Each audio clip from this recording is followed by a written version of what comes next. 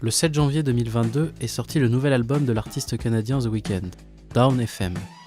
Suite directe de After Hours, on y retrouve cette vibe très 1980s à laquelle il nous avait habitués depuis quelques années et qui avait fait son succès. A-t-on besoin de rappeler le tube planétaire de Blinded by the Lights et son synthé qui pouvait paraître anachronique ? Même s'il n'a pas toujours exercé dans ce style précis, on doit constater que The Weeknd y excelle. Il l'a prouvé à maintes reprises par son travail personnel et par ses collaborations. Par exemple avec Daft Punk dans leur période Random Access Memories. Cependant, il n'aura pas fallu longtemps pour qu'une partie de la communauté amatrice de city pop sur internet s'agite, en raison d'un des titres de l'album, Out of Time. En effet, ce titre reprend un sample, voire même la totalité de l'instrumental du titre Midnight Pretenders de l'artiste japonaise Tomoko Aran, sorti en 1983. Ce titre est assez emblématique du nouveau regain de popularité de la city pop sur YouTube dans les années 2010.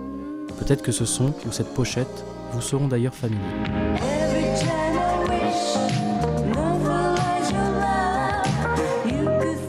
Dans les critiques qui sont lancées contre ce titre, on retrouve ce genre de choses.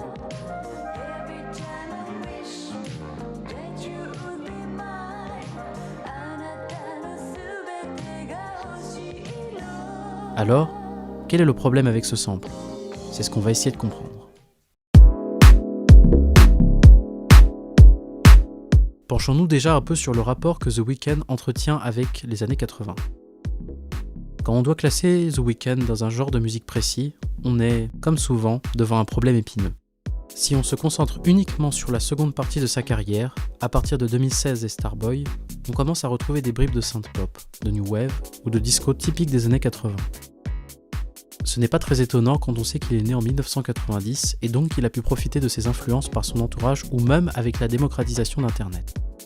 Il aborde aussi dans ses chansons des thématiques assez spécifiques et qui s'accordent particulièrement bien avec le genre. Histoire d'amour superficiel, rapport avec la drogue et nightlife en général. Tant de thématiques que l'on retrouve systématiquement à cette époque de la musique. Enfin, impossible de parler de The Weeknd sans parler de son timbre de voix pour le moins atypique, qui amène plus d'une personne à le comparer à nul autre que le roi de la pop, Michael Jackson. Son timbre, haut et froid, dépeint d'ailleurs parfaitement les paroles et les thèmes qu'il emploie. The Weeknd ne se cache d'ailleurs absolument pas de ses influences, et on en retrouve la trace entre autres dans ses samples précédents. Il puisera par exemple dans des groupes de pop new wave comme Tears for Fears et Siouxsie and the Banshees, du pop rock comme The Smiths et Elton John, et dans la funk et la disco avec Jimmy Smith et Quincy Jones, légendaire producteur de disco funk et de Michael Jackson, qui fera d'ailleurs une apparition dans l'album Down FM.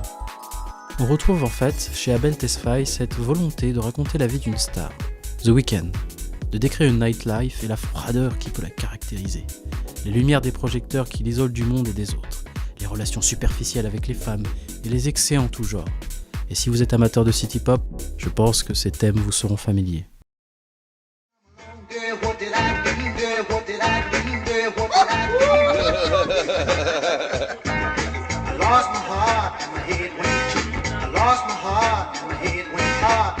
On ne va bien sûr pas refaire toute une histoire du sampling, mais en bref, il s'agit d'utiliser un extrait d'une chanson existante dans une nouvelle chanson, littéralement échantillonnage.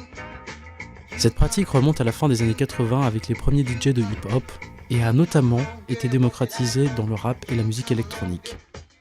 La majorité des premiers samples sont d'ailleurs des morceaux des années 70 et 80, et avec le temps, la plupart des époques et des genres y sont passés. Cette pratique a été développée et promulguée par des chineurs de son qui utilisaient des références les plus obscures pour en extraire le meilleur, et permettaient donc à des novices de se familiariser avec ces sons.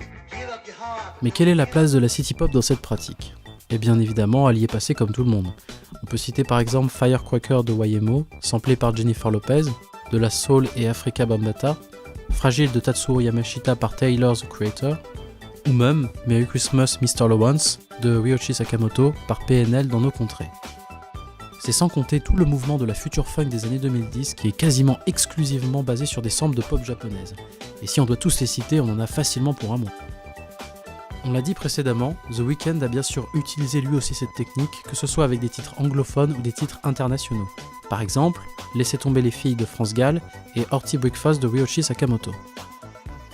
On peut considérer que cette pratique est complètement ancrée dans la manière de concevoir la musique et la majorité du grand public est familiarisée avec le sampling, que ce soit grâce au rap, à la pop ou à la musique électronique. Alors, pourquoi est-ce qu'on observe des réactions mitigées autour de ce sample ? Bien sûr, ça ne concerne pas la majorité des auditeurs, et cette polémique sera oubliée dans quelques jours, mais une théorie sur ce mécanisme peut être la suivante. La city pop, bien qu'elle ait atteint des pics de popularité inconnus depuis bien longtemps dans les années 2010, reste un style de niche.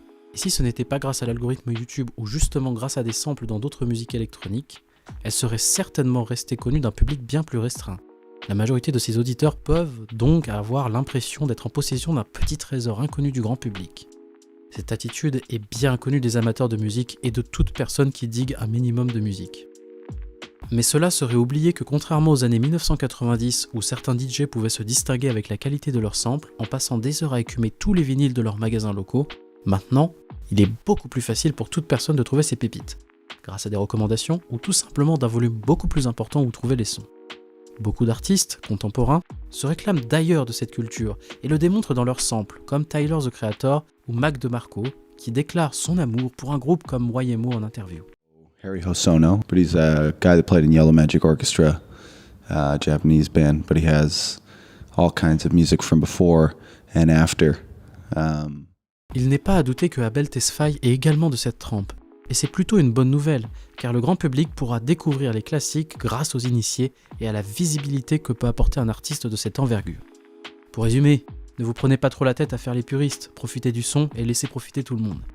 En attendant la prochaine, ciao les diggers. Kept a shorty mad, finding my spinner. If caught, I get mad time just for touching her. Knock wood, so much for Hymens, so fly.